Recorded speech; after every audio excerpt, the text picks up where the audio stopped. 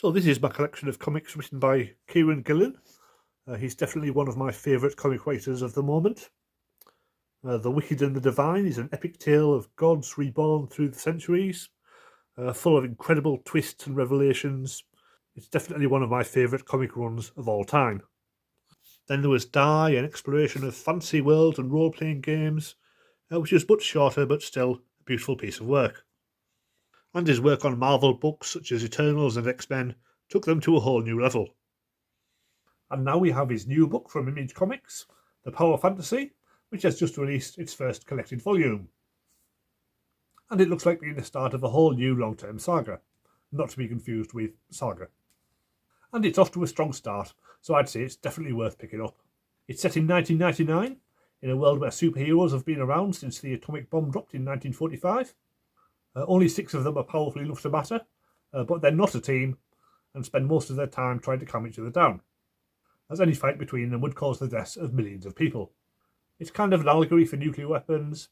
It would be absolutely terrifying to live in a world with beings such as this, but at the same time it's really not too far removed from this one.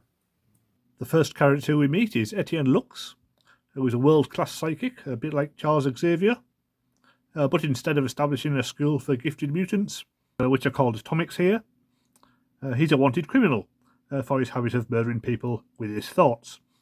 But it's okay, he has a code of ethics, which means he only kills people when he feels it's absolutely necessary, which seems to be quite often.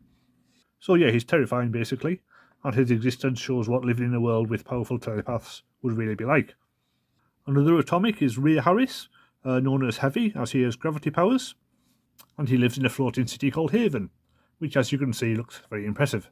He's basically a cult leader, but his abilities make him incredibly powerful, and he has a confrontation with Etienne in issue 1 that ends in tragedy. And there's a big reveal at the end of issue 2, which suggests his story is about to get a lot more interesting. Valentina is supposedly an angel who comes down to Earth to help people, but is still subject to multiple assassination attempts, much like all of the other superpowers. So far, she's the only character who appears to be unambiguously morally good. And if you've read any of Kieron Gillen's other books, that sounds very suspicious. I suspect there'll be a twist later on, and she'll turn out to have been the villain of the piece all along. Her opposite number is Eliza Hellbound, who seems to be some sort of demon, but we don't learn much about her so far. So whether or not heaven and hell are meant to be actual real places in this world remains to be seen. Finally, we have 2 non-atomic characters, who are nevertheless extremely powerful, somehow.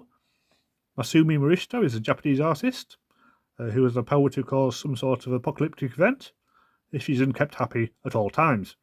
So a bad review from a critic can be the end of the world, literally as well as figuratively.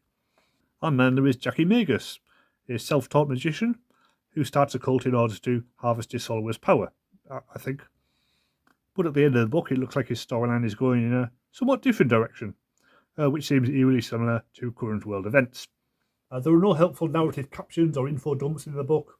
You just have to figure out what's going on as you go along.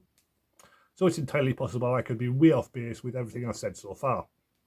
This is the kind of book that you need to reread multiple times to really figure out what's going on. There is a helpful timeline at the end of issue 3, which lays out the major events in this world from 1945 to 99, but that just raises more questions than answers. Hopefully the events hinted at in the timeline will be shown in more detail in future issues. Another possible flaw is that there isn't really a human viewpoint character to get behind.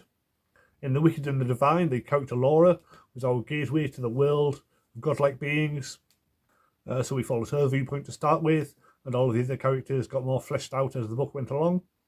But this book doesn't have that perspective. It's really all about the superpowered characters, so it can be a bit alienating, as they're all kind of above humanity in one way or another. There are human characters, but so far they are mainly in the background. There is a subplot with Masumi's girlfriend that does pack an emotional punch when you realise what's been going on in their relationship. But so far that sort of thing is a very minor part of the story. Hopefully there'll be more of it as it goes along. The artwork by Caspar Wijngaard is beautiful throughout. Some pages are full of detail. Other times the backgrounds fade out to concentrate on the characters, which is very effective.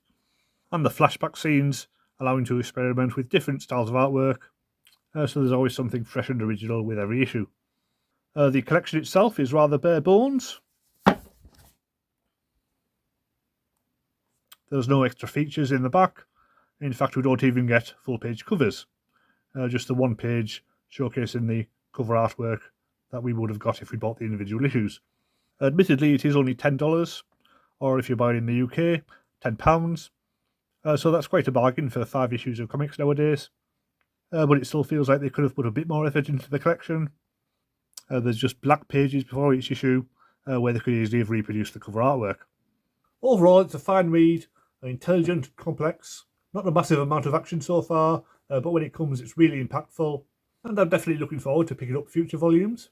There's still 50 years of backstory to be filled in, and the present day story could easily move forward from 1999 to the present day and even beyond. I don't know how many issues are planned, but this could run and run, and it could easily be the start of something very special. So thanks for watching. Please subscribe if you want to see more comic reviews on this channel, and I'll see you next time.